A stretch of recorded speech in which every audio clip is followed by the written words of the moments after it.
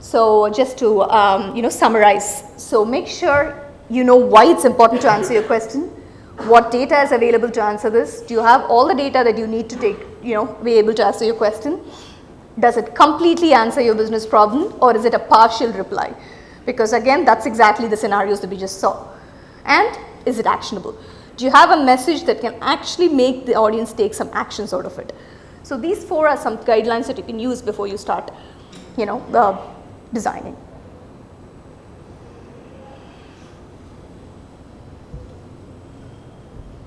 Yeah. Next is about knowing our data.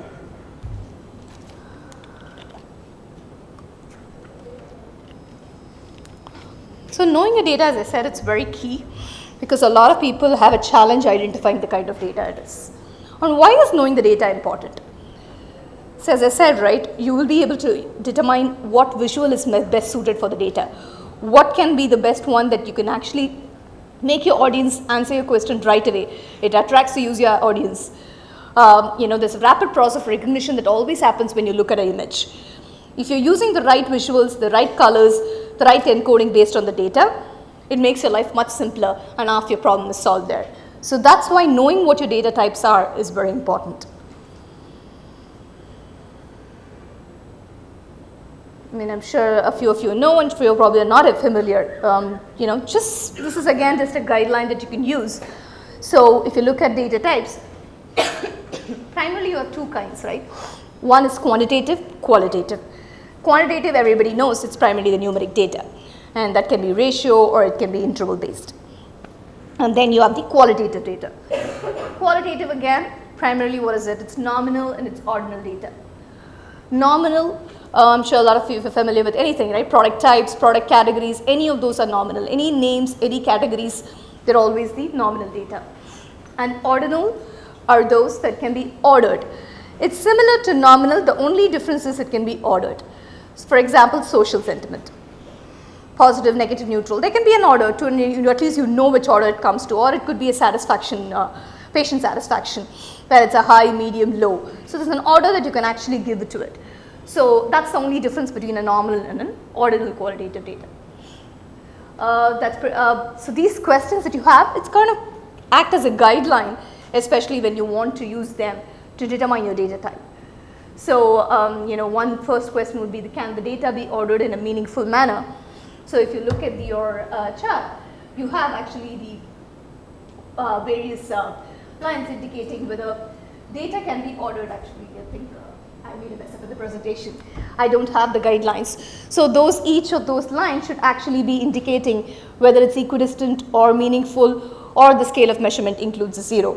If you look at this, nominal cannot be ordered, the data is not equidistant, the scale of measurement does not include a 0. Whereas when you look at ordinal data, it can be ordered, but again it's not equidistant data, nor does it include a 0. Similarly for ratio or interval, the only difference between having a natural 0 in it. So that's kind of a guideline, at least makes it easier. I'm sure there's much more to it than you need to probably know before you understand what your various data types are. Let's look at this example here. This is actually a sales by phone brand. So what we have here is actually qualitative data, which is on the left, that's the y-axis, the phone type, which is, we have a iPhone, Lenovo, then a Moto G and a Samsung. And then you have a quantitative data, sales, on your x-axis. It's great, you have bars to encode it and you see all the information, which looks great. And I think, this information is pretty much conveyed that iPhone has the biggest sales, followed by Moto G, Samsung, and then Lenovo. The same graph.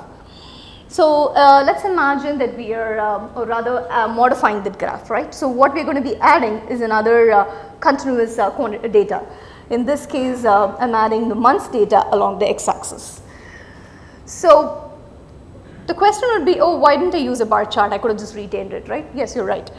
So a lot of times this question comes up, whether can I use my bar chart and line chart interchangeably? In this case, yes. But imagine the other way around. If I had to use the line chart for this one, would it really make any sense? Not really, because there's no relationship or there's no continuity between the phone brands, and you don't want to have a line zigzag. What is it telling? iPhone going down to Moto G? No relationship. So there's no real meaning that you can convey using a line chart. So it really depends the kind of data that you have and what chart you use to represent that particular scenario. The same chart. So what I have here is I'm adding also another dimension. In this case, I also want to see the sales by the month, but I also want to see it by the various phones, right? So I'm adding another one. So in this case, yeah, I can still use the line chart because each one is again standing for its own specific brand, and these various colors here are pretty much representing, each of the brands. So colors can be actually used very well for encoding any kind of categorical data. So which is again any qualitative data basically. So why is this important, right? Those charts were actually telling you why some of these were actually important. In this case, if you look at it, you look at the encoding on the left. So you have various position, length, shape, thickness, and all of those. Those actually help you determine which is better for the base to the data type, be it quantitative, ordinal, categorical, or relational. So if you look at this one, you would see that length is best used for quantitative and ordinal, whereas if you look at a shape, it's best used for categorical data. So this again, I'm saying you don't look at this and just follow this blindly to make your charts, but at least you know which encoding works best. We're going to go into a little bit more about encoding and why certain encoding is actually essential for a human to be able to interpret in the next module. But pretty much this kind of gives you a guideline. Once you know your data type, you might want to use the specific encodings to determine that. Okay, a little bit of poll. So let's compare the area of the circles. I'm going to give you 5 numbers, and then you could actually probably, I'm going to say the second circle is 5 times bigger than the first circle. How many of you agree with that? 6 times bigger. 7 times bigger, 8 times, 9 times, okay. Now let's have another one. Length of the bars. Again the same, I'm going to start at 5, 6, 7,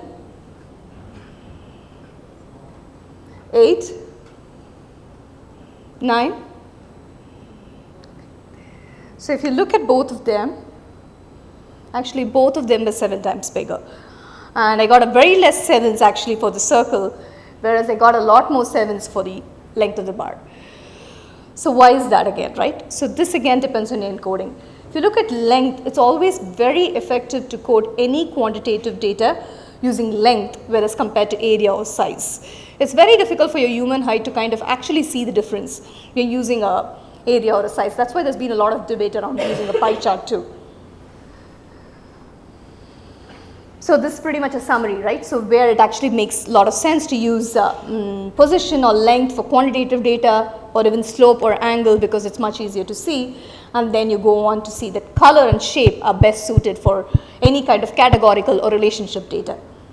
Again, intensity is also best for ordinal data because you have some kind of an order, and you could also have like starting from say a darker color to a lighter color to kind of indicate something is going from high to low or low to high.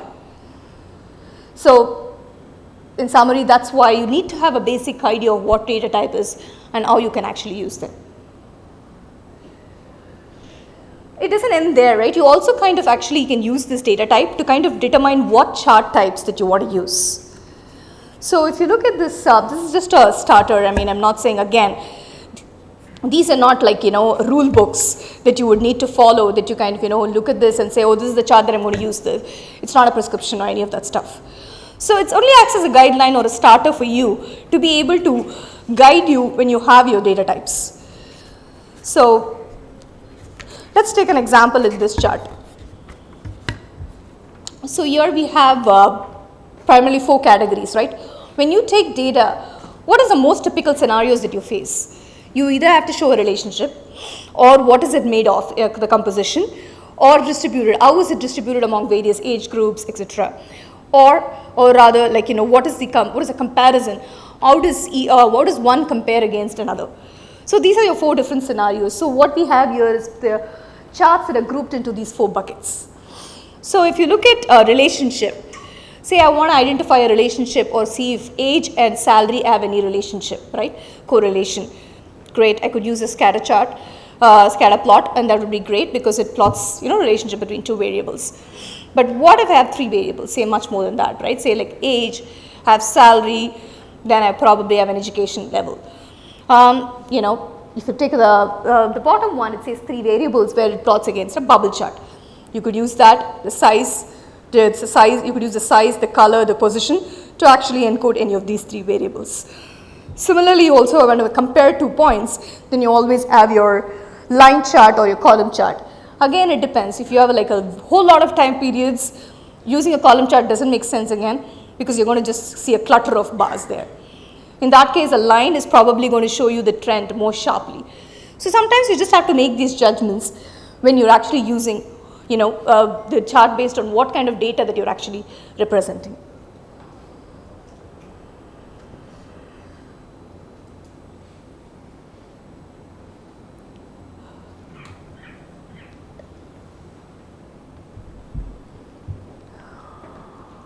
Focus and engage.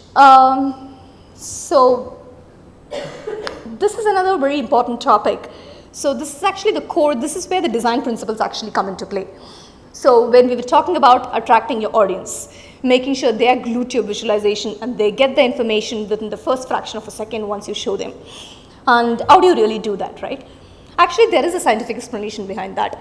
The way we perceive images or the way we process these, it all plays a big role, and there is a pretty specific psychology principles or rather design principles which actually helps you determine how do you rapidly recognize certain attributes or how does your brain process certain information in certain way, whether how do they group elements in a particular manner.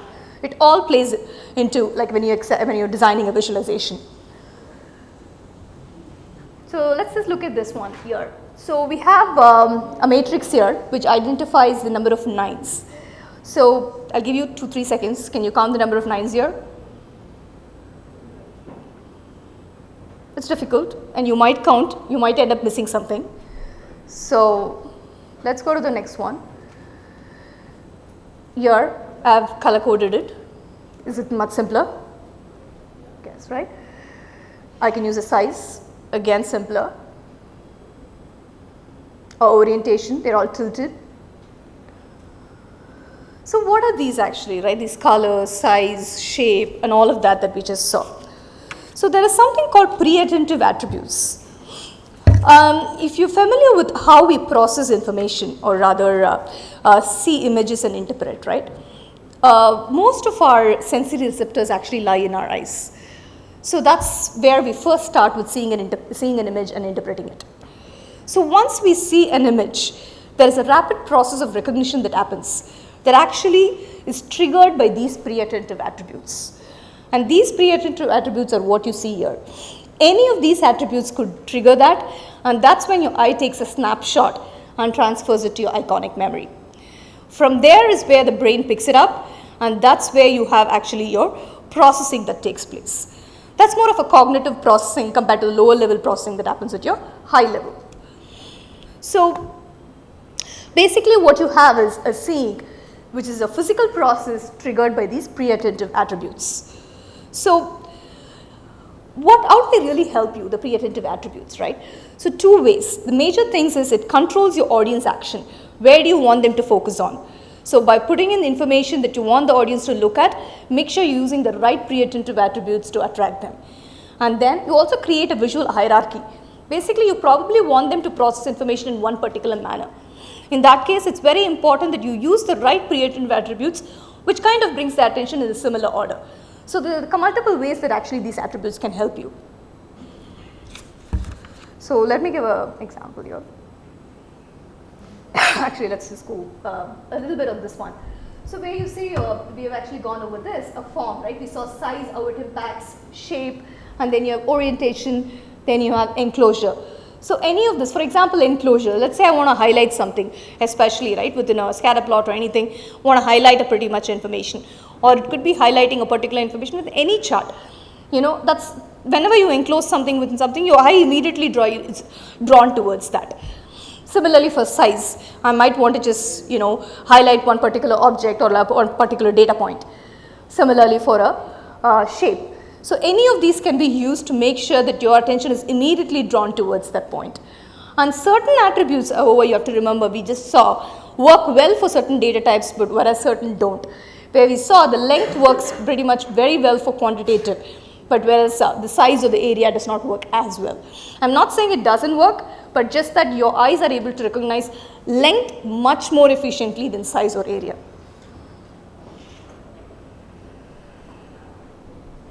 So this is you know, a picture of a tourist who's trying to kind of, you know, have an image where you look at it and first thing, oh, it's just, you know, she's actually pushing the Tower of Pisa.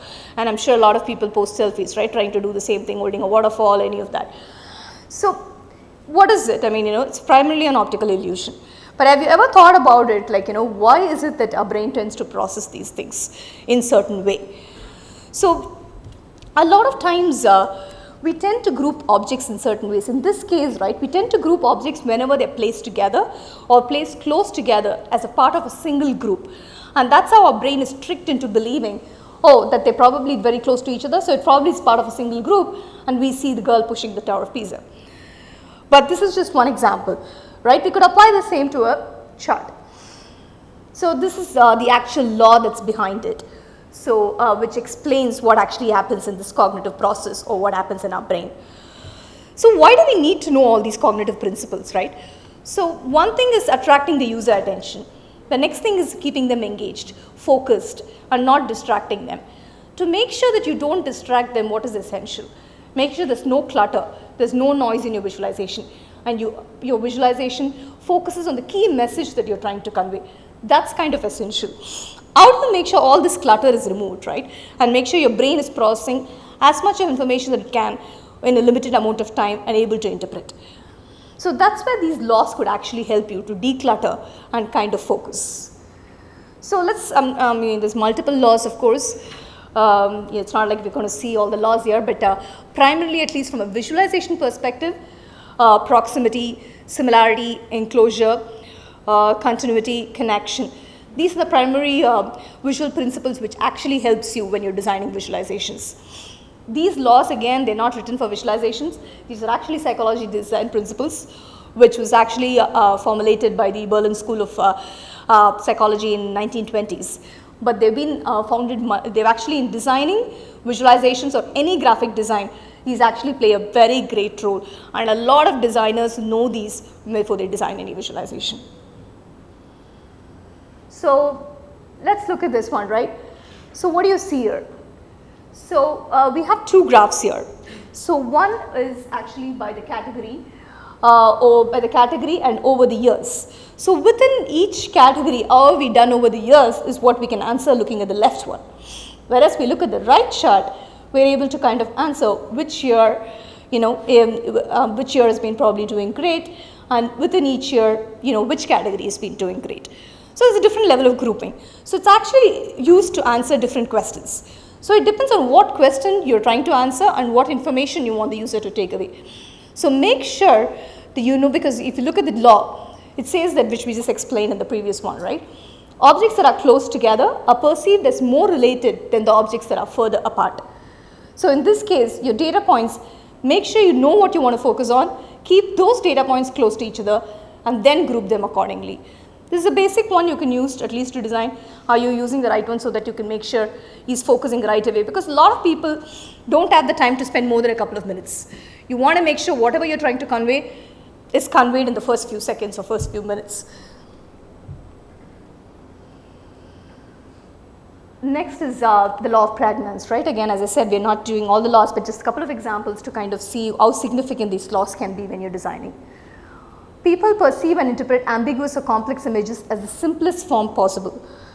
So again, look at the left one, right? Are you able to kind of find out which is the highest sales or which is the lowest sales or which is the second highest sales easily? it's kind of difficult. You got to spend a few minutes, and imagine that's even a longer list. You got to scroll down, look at it, it's going to take a while. So in that case, whereas compared to the right one, where I look at it, I can immediately see Massachusetts is doing really great, and then Mississippi is doing really bad. So what actually helped, right? Keeping the data logical and systematic arrangement, it actually helped you kind of determine this much faster than keeping it lost or keeping it muddled up all over the place.